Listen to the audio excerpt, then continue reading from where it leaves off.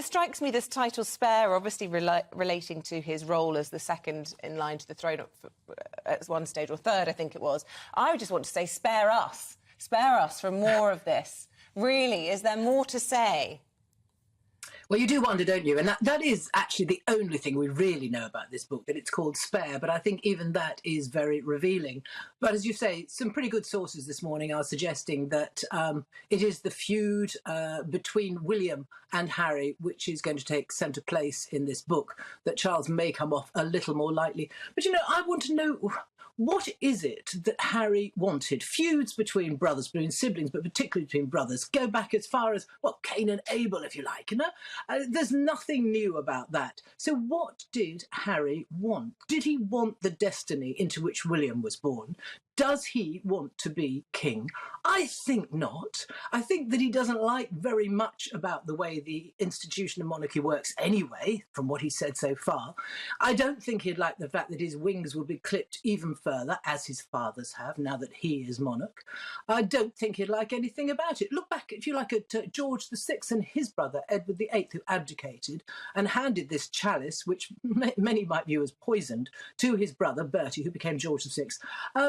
And Bertie and his wife, the Queen Mother, as we know, cried, wept when they knew this was to be their destiny. They didn't want to be king. So what is it that Harry wanted and wants?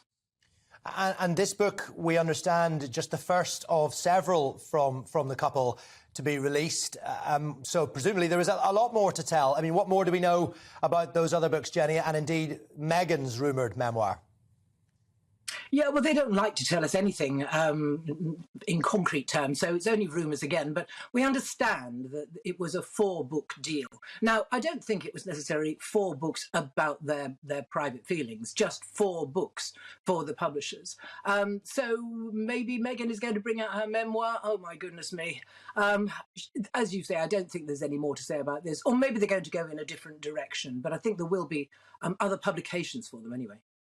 Yeah, the rumours that I've been reading was that there was going to be a book about a wellness that was going to be led by the Duchess, a book about philanthropy and leadership, and then possibly this one, as you say, a sort of royal memoir from Meghan, but a $20 million deal that involved the 4 books, not just Spare. So those of us who are sick of them aren't going to stop hearing from them anytime soon. But presumably it will still sell, because they haven't even done a release of some of the excerpts of this book Spare in the newspapers. I mean, do you think, Jenny, there will be a time will come when many of the people who feel warmly towards them will just get sick of this and think they're perhaps one-trick ponies, show ponies, who don't have anything left new to say? Oh, well, I do think, yes, I think that is already the case, sadly. I mean, there's the Sussex squad, as they're known, on social media, and they are very vocal indeed and quite vitriolic. But the polls that are done, if we can believe polls, and the most recent one, the YouGov poll, very, very recently showed that it was 44% of those questioned thought that the titles should be taken from Harry and Meghan. That gives you an idea of the popularity that they are not enjoying at the moment.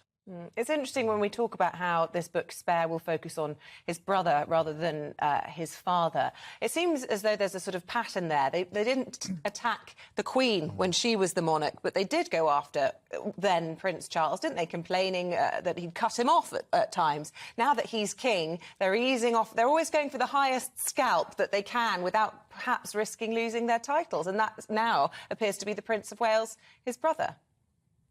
Yeah, but, you know, I do think Harry loves his father. Just quite recently, he spoke about his father and quoted his father saying, darling boy. That's what Charles has always called Harry, darling boy. And he did that quite publicly on radio just a few years ago.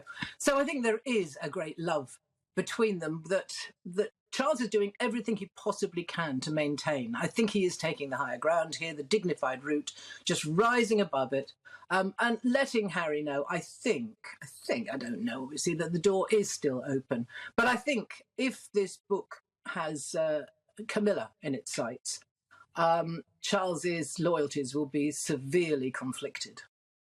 Loyalty's not conflicted about one of his sons targeting another son, and does Harry not have love for his brother? I mean, they were inseparable, weren't they, until very recently? And Diana and he was close to Kate too. And to Kate, yeah, they were the trio, weren't they? But Diana would be mortified to see Harry behaving like this, wouldn't she?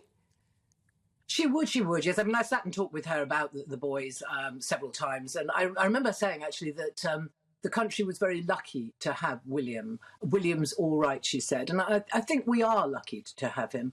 And she felt that Harry probably would have some difficulties because he was the second born, and the second born of, quite frequently in history has found that role quite difficult. But she seemed to think that he was pretty carefree and pretty okay at that stage. Obviously, he was much younger. Scarred hugely by her death, Harry has found his life and his destiny within the royal family very hard to handle, and that predates Meghan. He wasn't happy then, which is another reason, brings me back to what I was saying at the beginning. If he wasn't happy in this life into which he was born, what is it that he wanted? Did he want to be the top dog? Did he want to be the elder brother of the king? Or did he want out from the start? Hopefully this book actually will resolve some of those questions, and then perhaps we don't need to hear any more. Well, the palace, up until this point, seem to have taken a position that they won't comment on these things, not to give oxygen to the fire, so to speak. Do you expect that to be the case going forward, that they will continue to never apologise, never explain, and on this particular subject, keep giving a no-comment attitude while briefing in the background to the papers and the journalists? Yep, I think that's the way that they've chosen to go. I think it's quite a sound way, actually. We know, don't we, in the journalism world, that if they do comment, it will give the story legs.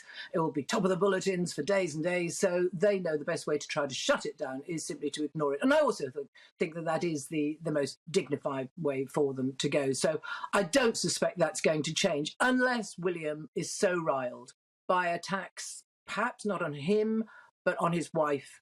And that could go for Charles as well, though I doubt it. But I think if their women get really trashed by Harry, then, they could draw some fire.